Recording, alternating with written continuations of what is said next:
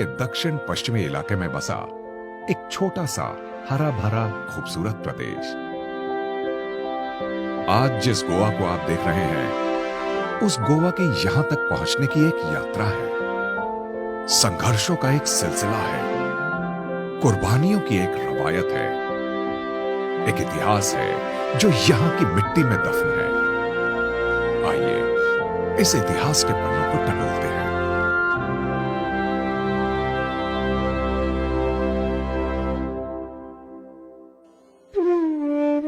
उपलब्ध इतिहास के आधार पर पता चलता है कि गोवा में कोंकण मौर्य वंश का शासन था। ईसा पूर्व दूसरी शताब्दी और छठी शताब्दी के बीच गोवा पर सातवाहन साम्राज्य का शासन भी रहा। उसके बाद भोज वंश का शासन रहा, जिनकी राजधानी दक्षिणी गोवा की कुशावती नदी के किनारे चंद्रपुर थी, जिसे हम आज चांदौर के नाम से जानते हैं। उसके बाद बादामी चालुक्य का शासन रहा, जिन्होंने 578 ईस्वी से लेकर 753 ईस्वी तक राज किया। उसके बाद शिलाहार के राजाओं ने यहां शासन किया। इसके बाद 11वीं शताब्दी की शुरुआत से ही गोवा पर कादम्ब शासकों का राज रहा। इस काल को गोवा के इतिहास में स्वर्ण काल की तरह याद किया जाता है। आज चांदौर के पास ऐसे अनेक लोकगीत हैं जो इसकी समृद्धि, सिक्कों, उन्नत व्यापार से लेकर पर्यावरण के विनाश और अभिशाप की कहानियां कहते हैं। कादम्बों ने तांबड़ी सूरला और महादेव मंदिर कुर्डी का निर्माण किया।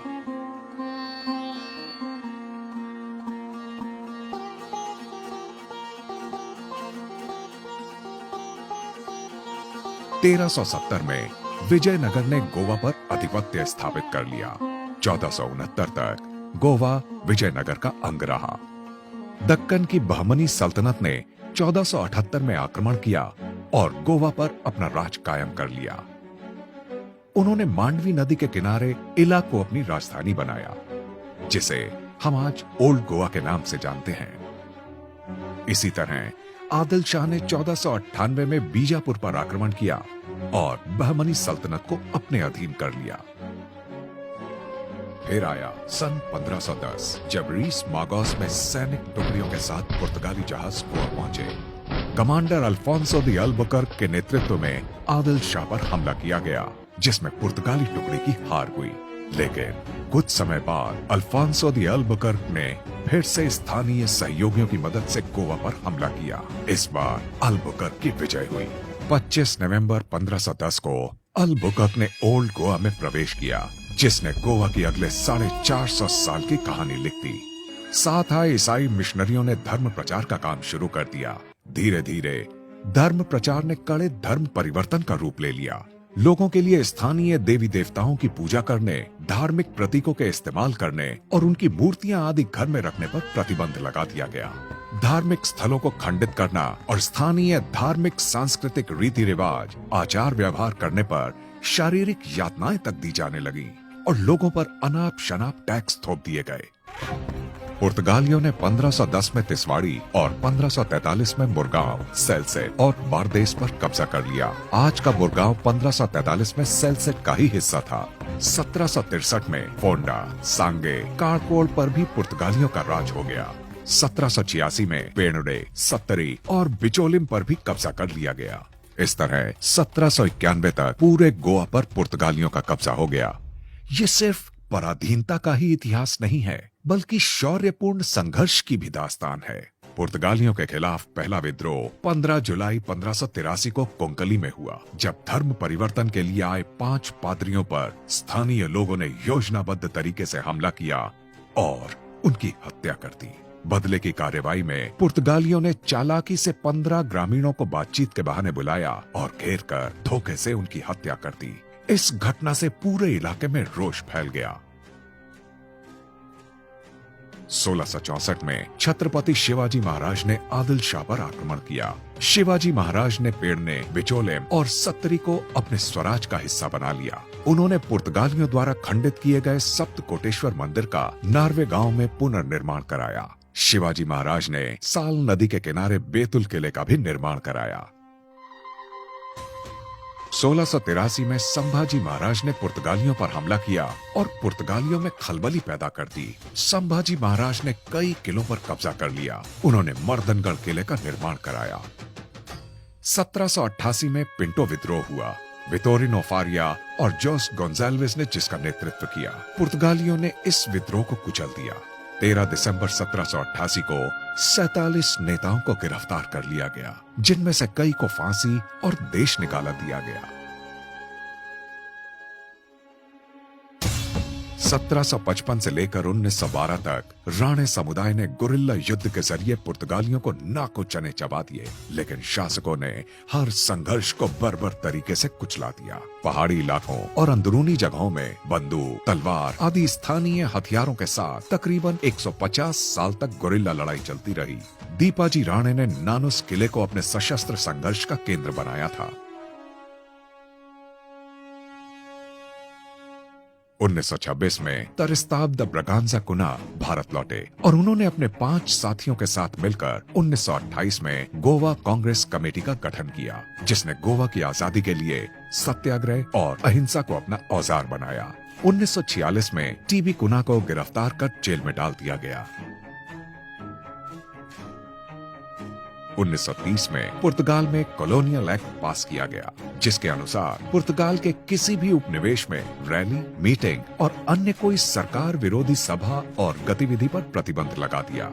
1932 में जब अतोनियो दी ओलिवेरा सालाजार पुर्तगाल के शासक बने, तब गोवा में दमन अपने इंतहा पर पहुंच गया। भयानक सेंसरशिप थोप दी गई, यहाँ तक कि शादी के कार्ड भी सेंसर किए जाने लगे कि कहीं आजादी का कोई गुप्त संदेश तो नहीं फैलाया जा रहा। शिकंजा बढ़ता जा रहा था तो विरोध भी बढ़ता जा रहा था। 1946 में जब राम मनोहर लोहिया गोवा आए तो उन्होंने देखा कि गोवा के लोग भयानक तानाशाही में जी रहे हैं। राम मनोहर लोहिया ने जूलियाओ मिनेजिस के साथ मिलकर एक सभा करने की योजना बनाई। 18 जून को राम मनोहर लोहिया जैसे ही सभा स्थल पर पहुंचे तो एक पुलिस अफसर ने उनकी तरफ पिस्तौल तान दी और गिरफ्तार करके मडगांव जेल में डाल दिया गया।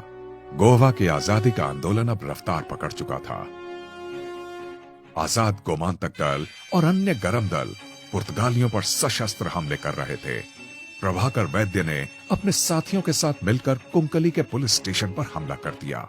मोहन रानडे ने बेतिम के पुलिस स्टेशन पर हमला कर दिया। असनोरा पुलिस स्टेशन पर हमले के दौरान 26 वर्षीय बाला राय मापारी को पुर्तगालियों ने गिरफ्तार कर लिया। उनसे खुफिया सूचनाएं निकलवाने के लिए जेल में भयानक अत्याचार किया गया, लेकिन उन्होंने मुंह नहीं खोला। गहरी चोटों के फलस्वरूप 15 फरवरी 1955 को उनकी मौत हो गई। पुर्तगालियों ने स्वतंत्रता सेनानियों को पकड़कर अंधेरी काल कोठरियों में डालना शुरू कर दिया। इन राजनैतिक कैदियों को अगोड़ा फोर्ट से लेकर अंगोला और अन्य पुर्तगाली उपनिवेशों में कैद किया गया। बहुत सारे सेनानी इन काल कोठरियों से कभी वापस लौटकर अपने घर नहीं आए।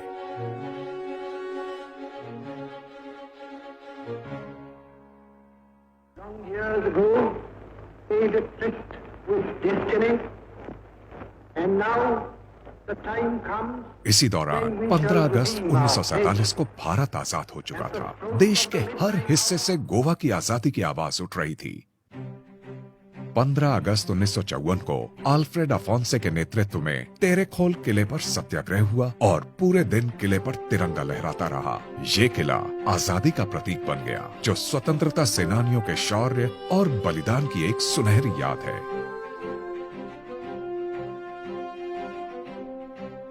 1955 में देश के बाकी राज्यों में भी गोवा की आजादी की मांग जोर पकड़ती जा रही थी।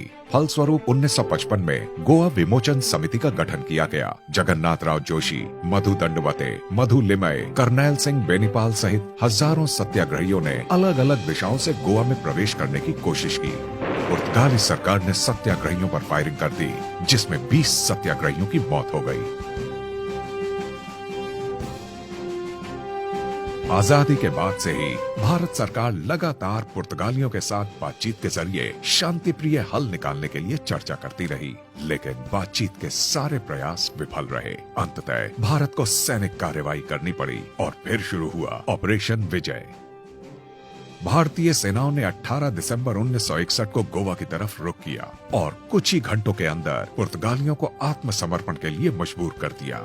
आजाद मैदान के अंदर पुर्तगाल के अंतिम वायसराय ने आत्मसमर्पण संधि पर हस्ताक्षर किए।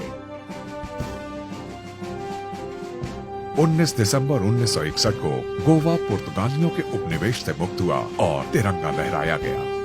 आजादी के संघर्ष की ये कहानी खून से सनी है। जिस आजाद हवा में हम आज सांस ले रहे हैं, उसके लिए अनेक स्वतंत्रता सेनानियों ने अपने जीवन का बलिदान दिया है।